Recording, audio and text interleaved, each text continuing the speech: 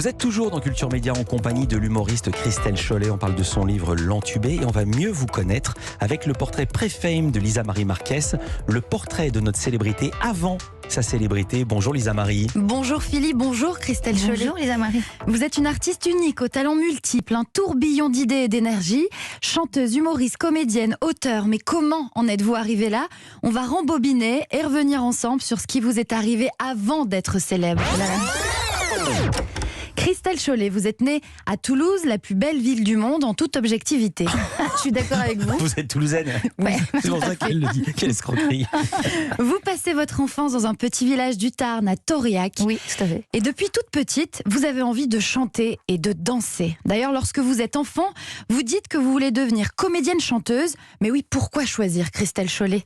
En fait, vous vous êtes toujours sentie artiste.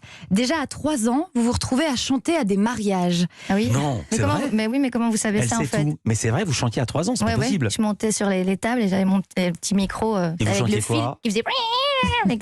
Je chantais certainement des trucs de Nana Mouskouri parce que ma mère était fan de Nana Mouskouri. Donc Et puis, il y a vos imitations d'Elvis Presley à la maison.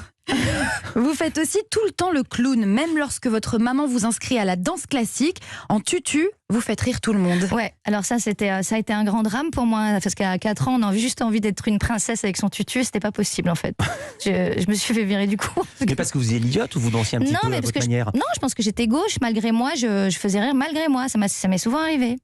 À 11 ans, vous intégrez une troupe de théâtre amateur. Mais- Quelques années plus tard, au lycée Toulouse-Lautrec, vous suivez la section cinéma.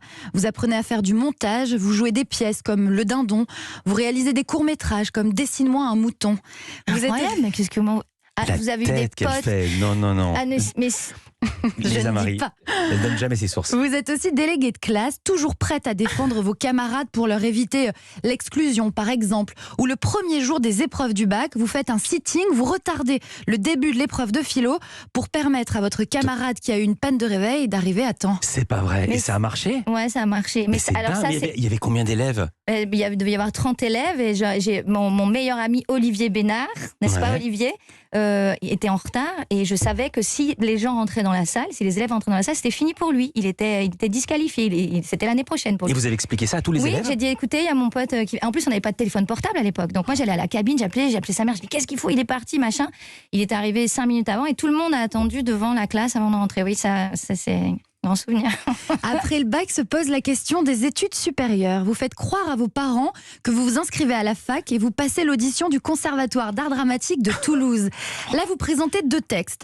D'abord, Lettre d'une inconnue de Stéphane Zweig. Puis, le jury vous demande de proposer autre chose.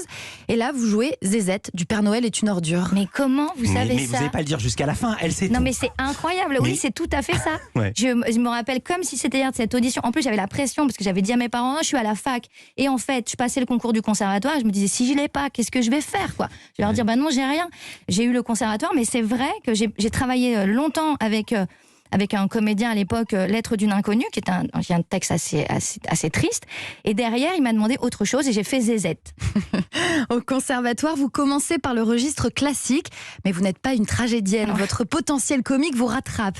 Et là, vous vous faites renvoyer du conservatoire parce que vous avez osé contester la distribution d'un rôle pour l'un de vos camarades de promo. Oh, la c'est vrai. rebelle. C'est vrai. Et puis c'est vrai qu'aussi, encore un drame pour moi, j'essayais de passer du classique et puis je voulais être une jeune première et tout le monde rigolait quand je jouais Agnès dans l'école des femmes.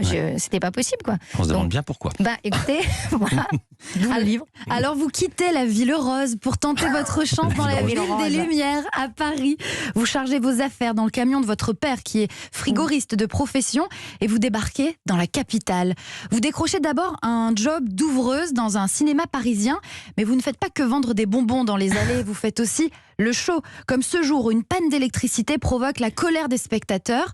Pour calmer le jeu, vous décidez de rejouer les publicités devant toute Attendez, la Lisa salle. Marie, tu sais ce qu'elle va dire? Elle va dire, mais Non, mais comment vous savez mais ça? comment vous savez Mais nous, ça ce qui nous Mais intéresse, c'est- mais racontez ce que vous avez fait dans Oui, la c'est salle. vrai, je faisais des sketchs dans la salle.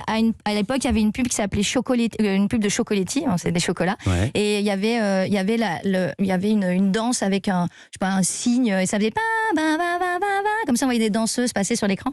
Et je faisais pareil, je parlais aux gens et je faisais pareil avec ma caisse pour vendre les bonbons. Les gens étaient pétés de rire et effectivement, il y a eu une panne et je les ai tenus pendant une demi-heure en faisant des sketchs, en balançant des bonbons. Et résultat, tout le monde vous a applaudi et personne n'a demandé à se faire rembourser son ticket. Exactement. Et après, ils m'ont viré. Pas les mêmes. Bah oui, la direction vous encourage à aller faire le clown ailleurs. Vous rencontrez Roger Louret, metteur en scène des comédies musicales Les années tubes et Les années twist. Il remarque vite votre potentiel et vous fait jouer dans tous ses spectacles, comme L'Arlésienne avec Bernadette Lafont et Jean Marais. Vous vous essayez aussi à la télé. Vous êtes chroniqueuse dans l'émission de Christine Bravo.